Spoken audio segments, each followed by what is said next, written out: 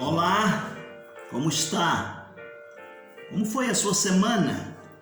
Estamos juntos mais uma vez e vamos estudar a Bíblia, a Palavra de Deus, mas eu quero te convidar antes para uma palavra de oração. Feche os seus olhos.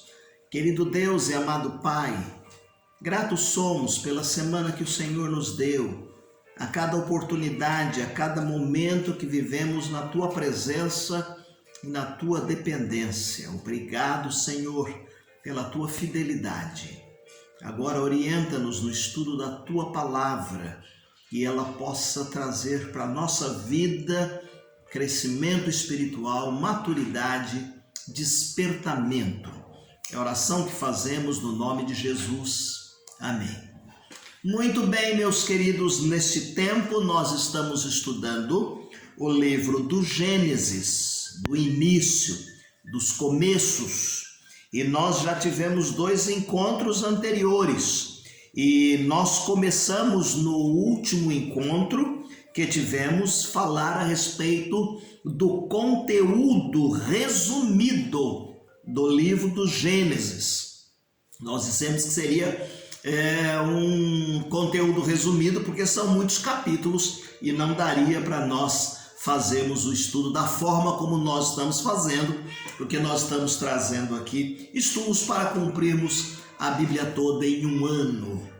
No nosso último encontro nós falamos a respeito da narrativa da criação, falamos a respeito da imagem e semelhança de Deus, e falamos também a respeito da queda, da tentação, da queda e os seus resultados. Resultados catastróficos, resultados estes que trouxeram para o mundo em si, para as pessoas, para os seres criados, uma coisa muito ruim. Para o homem, a separação entre o homem e Deus. Para a natureza surgiram espinhos, cardos. Os animais se tornaram em feras. E hoje eu quero falar com os irmãos também que, como resultado da queda, o pecado entrou no mundo, e dessa forma catastrófica nós vemos que também nós temos tido guerras, desajustes econômicos, desajustes sociais, violência, discriminação, exploração do ser humano, degradação do meio ambiente. Lembra que nós falamos um pouquinho a respeito disso no final do nosso encontro? Mas acima de tudo, o pior na vida foi em cima do gênero humano. O pecado trouxe consequências para o gênero humano. Mas no capítulo 4 até o 11, Deus propõe um novo começo com Noé. Um novo começo com Noé. Então eu quero falar um pouquinho a respeito de Noé, do dilúvio, e depois nós vamos falar um pouquinho a respeito da Torre de Babel, e depois vamos falar um pouquinho a respeito de Abraão, a obediência de Abraão que vai tornar-se uma bênção para todas as nações. Então, nós dissemos que com Noé nós vamos ver um novo começo. Um novo começo. Adão e Eva, após terem sido expulsos do jardim do Éden, eles tiveram 2 filhos. Caim, que se tornou agricultor, e Abel, que se tornou pastor de ovelhas. Pastor de ovelhas. No tempo próprio, no tempo apropriado, ambos trouxeram as suas ofertas. Poderíamos dizer assim, as oferendas. Vieram prestar culto a Deus, e quando eles apresentaram as suas oferendas, a de Abel foi aceita e a de Caim foi rejeitada. E nós poderíamos afirmar com certeza que não foi especificamente porque o que Abel ofereceu, mas porque a Bíblia nos diz que Abel ofereceu pela fé. Quando nós lemos Hebreus capítulo 11, o verso de número 4, a palavra de Deus nos diz assim: Pela fé, Abel ofereceu a Deus maior sacrifício do que Caim, pelo qual alcançou o testemunho de que era justo, dando Deus testemunho dos seus dons, e por ela, depois de morto, ainda fala. E no verso 6 do capítulo 11 de Hebreus diz assim: ora, sem fé é impossível agradar a Deus. E aí nós vamos ver na sequência dos fatos que Caim ficou amargurado, Caim ficou ressentido, e ele mostra com esse espírito negativo, que é diferente do espírito de Abel, e então Caim comete o primeiro homicídio na face da terra. Ele poderia ter evitado isto, ou após o acontecimento ele poderia ter se arrependido. No verso de número 7, aí nós vamos perceber Deus falando assim: porventura, se procederes bem. Nós temos que reforçar aqui nesse exato momento que havia uma esperança para Caim e os seus descendentes. O culto a Deus só é aceitável quando é feito com um coração fiel. Como nós lemos Hebreus 11:6, sem fé é impossível agradar a Deus. Não basta uma religião, não basta cultuar. A atitude de oferecer culto com fé, o coração voltado para Deus, para a grandeza de Deus, é um coração reconhecido de sua fraqueza. Se houver pecado, confessamos o pecado e seremos perdoados. Mas aqui no caso de Caim, meus queridos, ele vai cometer esse primeiro homicídio. Nós vamos perceber que o passo entre a rebeldia e o derramamento de sangue, ali no capítulo 4, é muito pequeno. E aí ele foi condenado a ser nômade, a viver andando e viver como peregrino na terra. Quando nós lemos os versos de número 17 até o 24, nós vemos aqui a menção de que os descendentes de Caim então vão mostrar um recomeço, um novo começo da vida civilizada. De acordo com a narrativa de Gênesis, nós podemos perceber aqui dois tipos de pessoa. A Bíblia faz menção a respeito dos filhos dos homens e faz menção a respeito dos filhos de Deus. Os filhos dos homens, capítulo 4, é a descendência de Caim, rebelde, má, essa descendência que nasceu de um coração irado.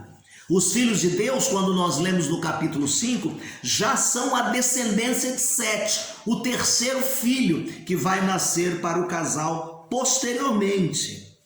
E aqui nós poderíamos fazer uma analogia, usar isso aqui como um tipo de dois tipos de religião que existe no mundo.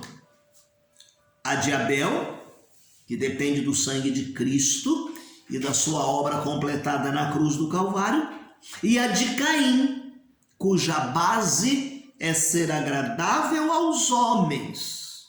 A de Caim só quer agradar aos homens, ao seu coração, aos seus desejos. Uma leva ao céu, logo a outra vai levar para onde? Para o inferno, porque é religião de homens. É bom nós lembrarmos, meus queridos irmãos, que o interesse do autor aqui, no livro do Gênesis, nós temos frisado aqui, que ele não está localizado mais na importância moral e espiritual dos eventos do que na cronologia. Repetindo, é bom lembrarmos que o interesse do autor da narrativa está localizado mais na importância moral e espiritual dos eventos do que na cronologia, nos fatos um após o outro. E há eruditos que colocam aqui a data entre a queda e a chamada de Abraão, 2000 anos. Você vê que as pessoas duram aqui 700, 600 e poucos anos, vão ter filhos a partir de 120, 130 anos, tá certo? E aí então, se nós somarmos esse tempo, diz que a narrativa entre uma coisa e outra pode ter acontecido num período de 2000 anos. Vamos falar um pouquinho a respeito do dilúvio. Já estamos no capítulo 6 agora, começando no verso de número 13, indo até o capítulo 8, verso de número 22. Foi uma forma de juízo de Deus. Deus exerceu o juízo sobre a corrupção do gênero humano.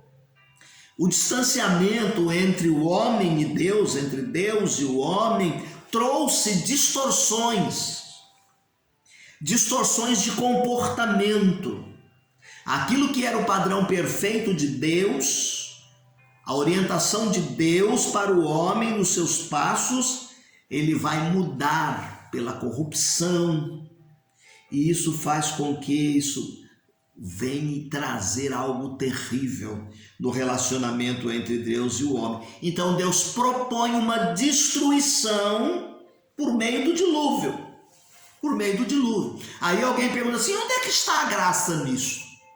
Onde está a graça de Deus? O favor imerecido de Deus? Bom, o favor imerecido de Deus começa no preparo da arca. Deus chama Abraão num lugar seco, num lugar sem perspectiva de água, e ele diz assim, você vai fazer um barco de tal tamanho, tal e dessa medida, vai untar com betume. Deus dá todas as especificações. Aqui está o primeiro momento em que Deus demonstra sua graça, a oportunidade de salvação para o gênero humano. E aí nós vamos perceber, meus queridos irmãos, que isso vai aumentando. Deus chama Noé, coloca Noé na arca, e através do remanescente, que é Noé e a sua família, Deus vai fazer um novo começo, tudo novo.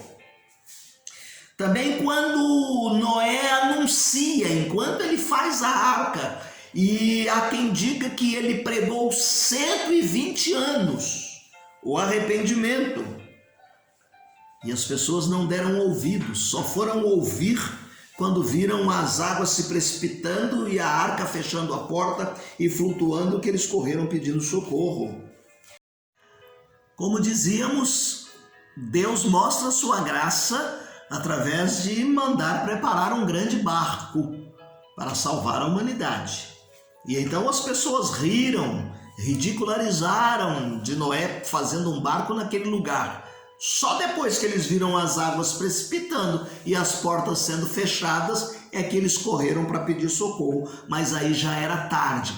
A paciência de Deus tem limite.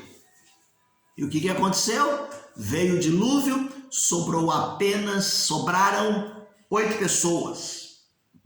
Noé com a sua família. Deus mostra mais uma vez a sua graça, a sua misericórdia através do surgimento do arco-íris. Ao mandar o arco-íris, Deus mostra a renovação da aliança, do novo povo que ele está formando. Vem como sendo um sinal de graça e como sendo um sinal de misericórdia de Deus. Então algo mudou depois de Noé. Depois que ele saiu da arca, se você ler no capítulo 9, de 1 a 7, você vai ver que aqui Deus vai impor severas restrições ao ser humano. Porque Deus não queria que o pecado, a iniquidade continuasse se alastrando, a maldade humana continuasse se alastrando de forma frequente, como aconteceu antes da mandada do dilúvio. Aí eu quero falar um pouquinho a respeito da Torre de Babel. O que a Torre de Babel vai mostrar aqui? Uma avidez do ser humano por conquista de poder, de riqueza, de domínio. Nós olhamos aqui e vemos que o ser humano queria notoriedade. A torre, segundo alguns intérpretes, tinha a intenção de representar o céu. Eles disseram assim: vamos fazer uma torre que o seu topo chegue no céu, até o céu. Então, demonstrava poder aqui através de chegar ao céu, aos astros, às divindades. Segunda coisa que a Torre de Babel nos mostra e nos ensina, era um grande momento, um instrumento de idolatria. Vamos ficar reunidos aqui em volta, voltados para si mesmo. Aquela grande construção, em terceiro lugar, mostra realmente uma capacidade tecnológica muito grande. O homem jamais tinha feito algo tão grande, com tantos tijolos.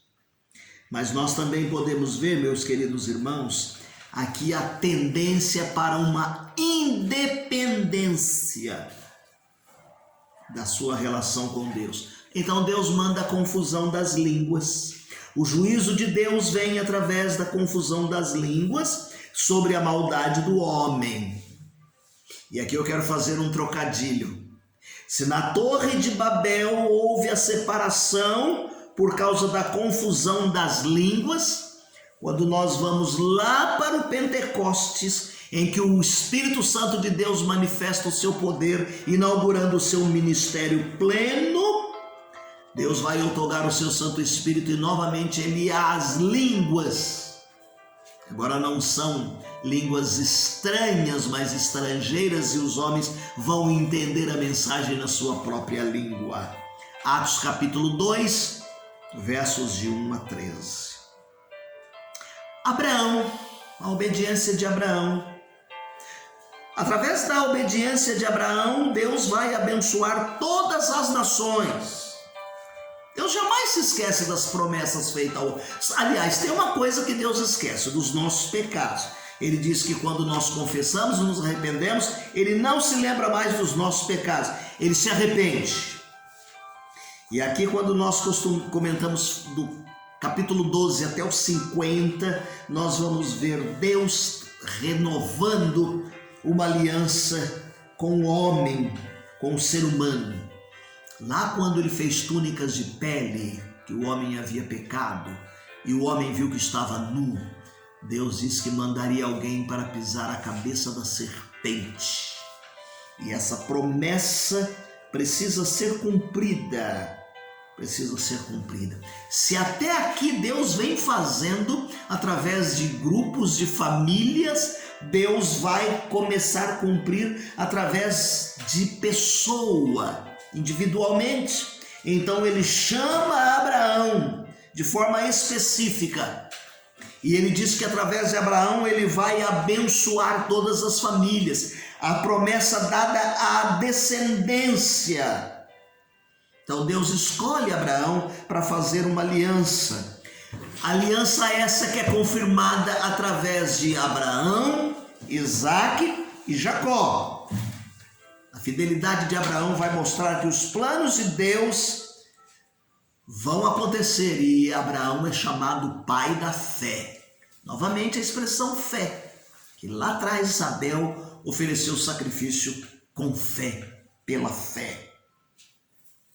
Deus renova o seu pacto com a sua descendência, como dissemos, através de Abraão, Isaque e Jacó. E na família de Jacó nós vamos perceber que surge o povo, a nação eleita, o Israel de Deus. Capítulo 32, verso de número 28. José, e por intermédio de José, Deus age na história. E aí talvez você diga assim: mas José passou por tantas dificuldades, por tantos problemas, tantas perseguições, ainda que fizeram injustiças com José. Nós vamos perceber que elas não foram suficientes para deter o plano de Deus. Quando ele reencontra os seus irmãos, eles disseram assim: vocês não me fizeram mal, só me fizeram bem. Deus me mandou para cá para garantir a sobrevivência de uma nação, de um povo. Qual a mensagem do livro para nós hoje? Deus seguiu um plano na criação do universo. Nem o universo, nem os seres que habitam a terra surgiram por acaso. Nós aprendemos isso no início. Isso deve nos fazer pular de alegria. Houve um início, houve um Gênese, houve um Bereshit, e isso foi o desejo do coração de Deus, criando o ser humano, coroa da criação, você e eu. E Deus, quando fez, pelo poder da palavra, viu que era tudo muito bom. Segunda coisa que a mensagem do livro ensina para nós hoje é que, como crentes, nós temos que lutar para utilizarmos responsavelmente os recursos naturais criados por Deus. Com o surgimento do pecado, a desobediência, a maldade, espinhos, cardos, animais se tornaram em feras. E nós aprendemos aqui que nós somos mordomos e administradores.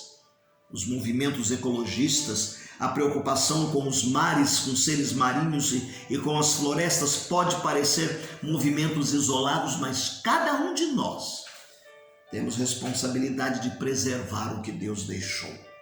E por último, meus queridos irmãos, o ser humano não surgiu por acaso e nem como resultado de um processo evolutivo. Somos a coroa da criação de Deus, revestidos de dignidade.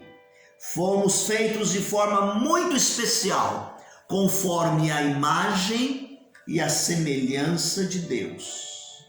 Fomos feitos seres morais e seres espirituais, a fim de podermos manter uma comunhão com o nosso Deus. Amém, queridos? Quero ler aqui para nós o hino de número 96. Se nos cega o sol ardente, quando visto em seu fulgor, quem contemplará aquele que do céu é criador? Patriarcas nem profetas o chegaram a avistar, nem Adão chegou a vê-lo antes mesmo de pecar. Para termos nós com ele franca e doce comunhão, Cristo Filho fez-se carne, fez-se em nossa redenção, para que na glória eterna nós miremo-lo sem véu. Cristo padeceu a morte, nova entrada abrindo ao céu. Não deixe de fazer a sua leitura diária que disponibilizamos no final dessa transmissão. E eu desejo que você tenha uma semana feliz e abençoada. Deus te abençoe.